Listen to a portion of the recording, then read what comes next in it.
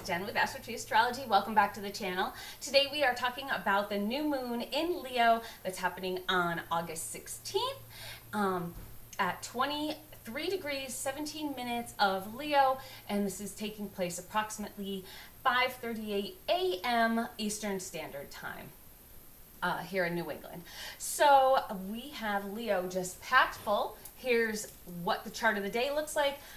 Say for some that I couldn't fit in Leo because there's so much going on in Leo right now.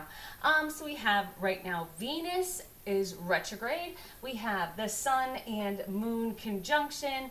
That is the new moon, which is a conjunction. And then we also have Lilith in there as well. So it's packed full. We also have in the fixed signs, we have Uranus and Jupiter. And so we have a lot of fixed energy going on right now. We don't have anything right now in Aquarius, but we do have Pluto kind of making its way in there. So we have a lot of fire energy with everything that's in Leo that's going on right now. So it's a fire sign, so as well as adding Chiron and Eris and the North Node. They are also in fire signs. I don't have them on my chart. Kind of ran out of these.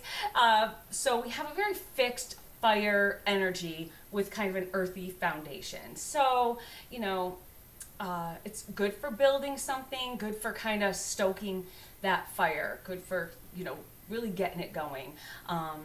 Sometimes earth can stifle a fire a little bit. You know, when you put in a fire out, you cover it with sand. So it's kind of more of a smoldery kind of feel than an actual flame kind of feel.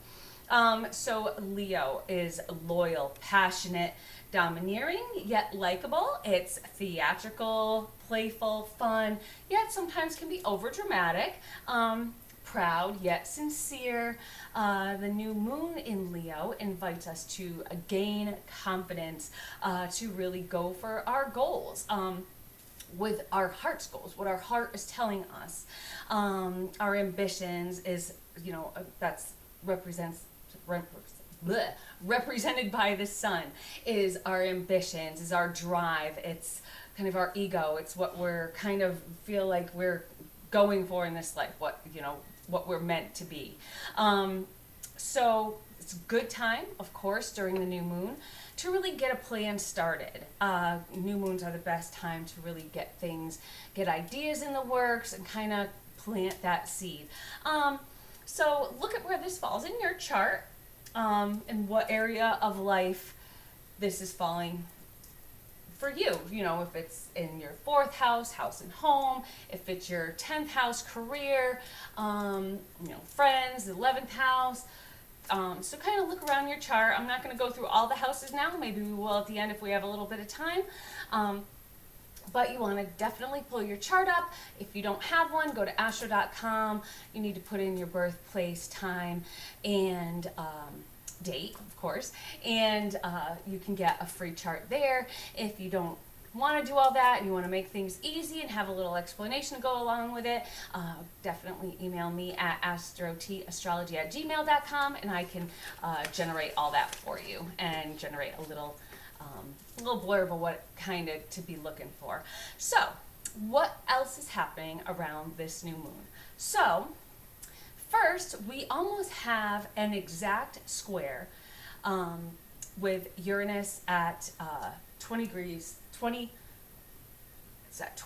degrees 0 minutes of Taurus. So the square, that's 90 degrees apart, and it's almost an exact square. So Uranus wants to stimulate us, to provoke change, to kind of like, I think of it as kind of like the little shock thing that they do to cows to get them going. And that's, you know, when you think of Uranus in Taurus, it's almost that exact, like little, like just like a little zapper, like move it, Taurus, you know, because Taurus the bull. So just that kind of resonates in my head with this energy that we have going on, because you know that fixed, we have Uranus that wants change. It wants quick change. It doesn't want to wait. It wants to go, go, go. So we because it is that fixed energy that's kind of stifling it, it's making us feel a little bit moody. We may be impulsive, we may have these unpredictable emotions because we feel like we're being stifled, and we might just act out. It's keeping it, again, smoldering instead of detonating. So we have like a smoldering, smoky fire, and not just a blazing, bomb bursting and changing things. So kind of reminds me too of like thunder rumbling in the distance as you're waiting for that one big crack of lightning that kind of never comes, and it's just that quiet rumbling that's going on. This rumbling could be in our emotions, waiting for when we break, just kind of feeling that like, ooh, onset of sadness that could snap us at any minute. You could be on the verge of screaming, could be on the verge of crying, but it might just be smoldering there. So you want to kind of try and keep yourself and just think, okay, you know what, this is going to pass.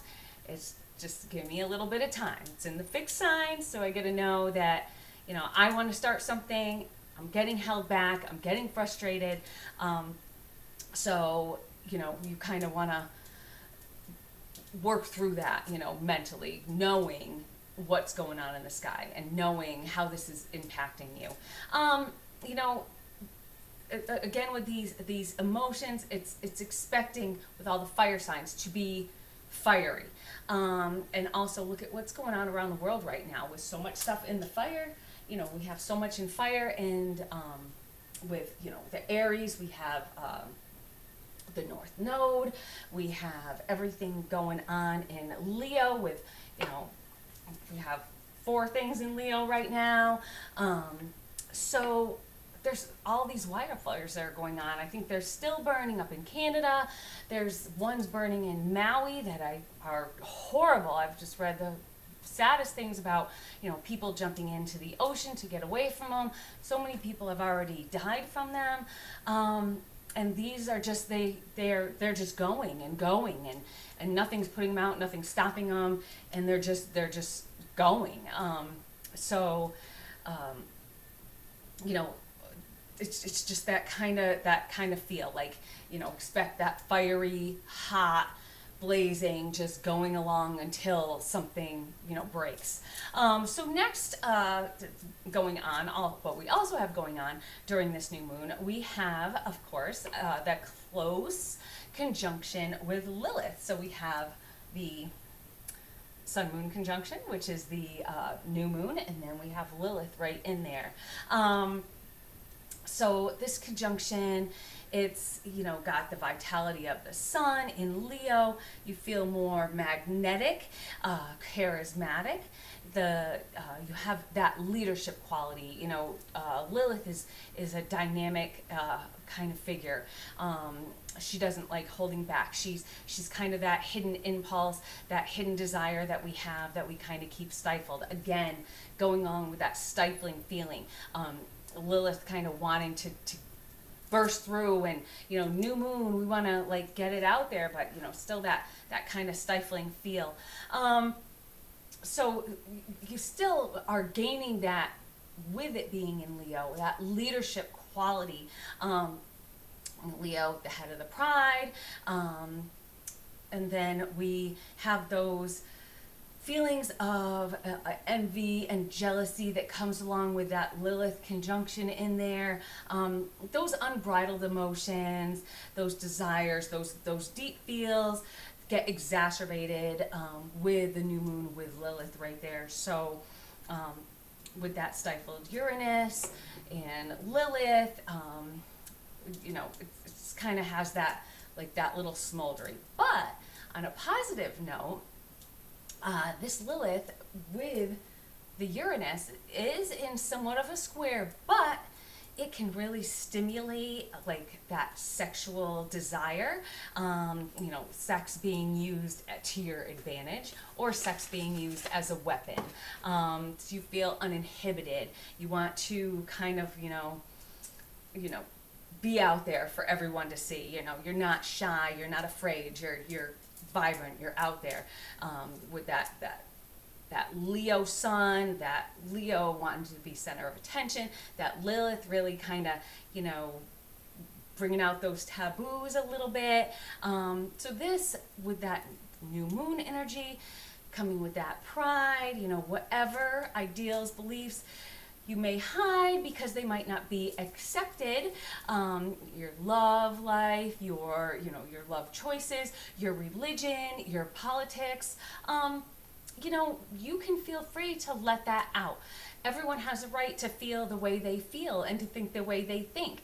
And you can't be stifled. Don't let society stifle you and tell you how you're supposed to feel. If I want to love this person, if I want to do this, if I want to pray to this God, if I want to vote for this guy, no one should blame you or get angry with you because of your choices. You have your own brain, you have your own mind, and you want to use it. And that's, you know, we think of United States as a melting pot. You know, our brains are also a melting pot. You don't want to be exactly like everybody else. And then we're all just going to be like one flock of sheep, just kind of going along. And, you know, there's never going to be that, you know, good debate that kind of comes to different changes. No changes ever come if everything is stagnant and exactly the same. You need to have that debate. You need to have those discussions, those tough discussions sometimes, to really kind of incite that change. That could be what's coming up with this new moon. It's that, you know, I need to get out there. You know, I am worshiping this, and I love this, and I want to be accepted. And, you know, if you don't accept me, at least be tolerant of me. We all have to at least be tolerant of each other. We shouldn't alienate each other. We shouldn't hate each other. There's no reason to hate someone just because they might vote a different way than you or something like that. You know, just too much other negative things in this world to worry about that kind of stuff, you know? So let the, you know, that new moon seed be to come out of that shell, to kind of, you know, gain that courage that's in Leo to express what otherwise, again, was the taboo, you know, that kind of Lilith taboo that you want to express, and encourage others to do the same. You know, hear their point of view, have that discussion. If somebody has a different thought than you, have a discussion with them. It doesn't have to be an argument. You know, say what your feelings are, they'll say what their feelings are, and maybe you will understand each other a little bit more. Communication is key. So also, we have a grand trine in the earth signs. So we have earth, and then we have earth, and then we have earth down here. So we have Mercury and Mars, Mercury and Mars in Virgo. We have Pluto in Capricorn, and then we have Uranus here at the end of Taurus. So it's that's our foundation. You know, that's the grounding. That's the you know, that's our baseline, kind of, you know, what we grow from. So we start there and build from that. That's our foundation. We have also the new moon is in a trine with the North Node and Eris, and that's Eris, and that is in Aries. So I haven't really talked about Eris at all. I'll try and do a little bit longer video on her at some point, but in kind of a nutshell, she is the goddess of war, as been said. She's the sister to Aries, so she likes to fight. She doesn't back down from a fight. So with that trine in there, it really helps us to, again, fight for what's right, fight for our rights, and, you know, really push forward. You see a lot of feminine energy here with these because this is Eris and not Aries. You know, Eris is the female kind of version of that fight. And then we have that Lilith in there, which is, you know, don't be afraid. You do, you know, what you want. Don't be stifled. Don't hide things that might not be accepted. You know, so it's really kind of a a lot of female energy going on, with females kind of coming to the forefront. Leo, the sun, and kind of just starting like this revolution of wanting to be equals, wanting to, you know, be equal to everybody else, and they'll fight for that right. So the trine kind of lays this foundation again to encourage this fight for acceptance, for equality, no matter who you are, what you are, and all that, what religion. So the onset of this change, which is Uranus, and the beginning of deep transformation, which is Pluto. So you see how that, you know, we have that onset of change, which is in the Earth. We have Uranus, which is the onset, quick change, but then we have that deep transformation, which is Pluto. So that is the grand trine in the Earth signs. So we got these two, that is sparking a debate, sparking a conversation, and then enlisting action. Then we have over here, you know, Jupiter, big actions, make big changes. And then up here we have that ultimate death and rebirth transformation. So lay that foundation for a new beginning, come out, stand tall, and like I said in the last video, fluff that mane. This is a heavy fixed energy. It's gonna take a little more time. So it's, again, you know, trying to, you know, take that, I can't think what those things are called, that they give that little shock to the bulls. You know, it's going to take a little time to really spur that bull forward. You know, but that fire and earth dominance will lay the groundwork for this new way. So globally, we might see things starting, you know, again, what's been going on in the realms of personal rights, freedoms, these being challenged, fighting for change, you know, protests going on. I don't see the protests, because it's so of a fixed energy, I don't see them being so like riot-like protests. I see them more of just being kind of marches, a little more quiet than the protests that we've had in the past that have kind of gone out of control with flipped cars, burning buildings, and things like that, which is nice because, you know, you can voice your opinion. You don't have to destroy things while you're doing it. Kind of defeats the purpose to me anyway. So then finally we have Neptune over here in Pisces, which kind of makes it into what we call a grand kite. Now I wish I could kind of show you the aspect, but let's picture it in our heads. So picture what a kite looks like. So if we have the bottom here, and then we have the two coming up here, and say they go across. Well, then what's on top of the kite? It's that top little peak. And that peaks out here at Neptune in Pisces. So this is it's what we call like it's a grand Earth trine topped with the peak of Neptune in a water sign. So you use determination, intuition, and that is going to help to overcome the challenges. So this is an aspect pattern. That's what we call when, you know, the grand trine and then putting this grand kite in there. So again, the trine is right here, and it's just the triangle, and then you picture a kite in your head with the little peak on top. So this aspect pattern, it can really bring good luck. It can bring opportunity. And this could come a lot easier, you know, because you have a trine and it could go a little more smoothly. But the problem is, a lot of people that have grand trines in their natal charts, is that things almost come too easy that they take it for granted and they don't really utilize it to their full potential. So it's almost easy to miss that. It's just, you know, things are just going too smooth, and you just kind of like, you know, it's not that work and trying to overcome obstacles that we're kind of used to when we're constantly talking about squares. this is Grand Trine, Grand Kite, you know, it's just soaring up there. You picture a kite soaring up and just kind of floating around, you know, just on a nice, gentle breeze.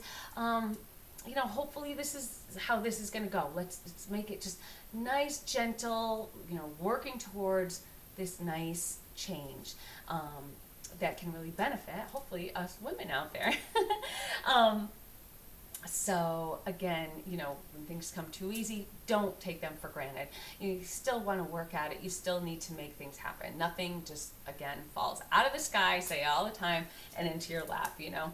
You still got to work a little bit for it. So all earth, one water with this trine, with this kite, I mean. It's really using that intuition, using this right here to form that foundation. So you go by your gut. Like, what is your gut telling you to do? What is it saying? You know, here's what we should do. This is, you know, what we should go by. Intuition, really use those inner feels.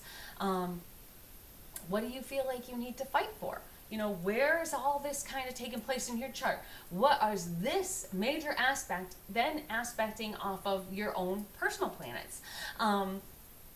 What values, what ideals have you stifled out of fear of rejection? Are there things that, you know, maybe you're in a group and you'd like to add your 2 cents to something because they're all talking about one topic and you know that what you say within this group might be controversial. Don't be afraid. Tell people, explain your side. Use that Mercury, Mars, explain it. It's in Virgo. So really, you know, let's fine tune. Let's see what makes this tick and really get down to kind of like build communication with people. So I think that, you know, what does this country need? What do we need to fight for? What does this, you know, this world need? What seeds will be planted with this new moon? I'm really interested to find out because I feel like this month's a lot of simmery. It's got a lot of, you know, we have the retrogrades going on, so a lot of things going on in retrospect before they actually start moving forward. So I would suspect, again, a lot of smoldery, a lot of things getting started, and then around mid-October when all the planets, well, not all of them, but most of the personal planets are moving forward at a good speed,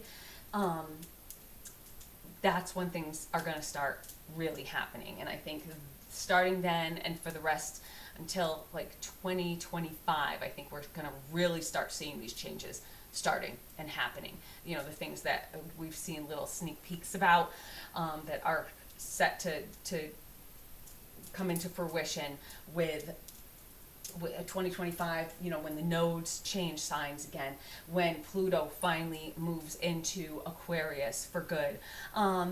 So let me know what your thoughts are in the comments, and be sure to subscribe and hit that little notification bell because next week's weekly astrology forecast is going to be on location in beautiful Maine, hopefully with a nice pretty background instead of just my same house always. So I hope to see you then, and I look forward to it. So plant those seeds and let's get something started. Have a good one. Bye-bye.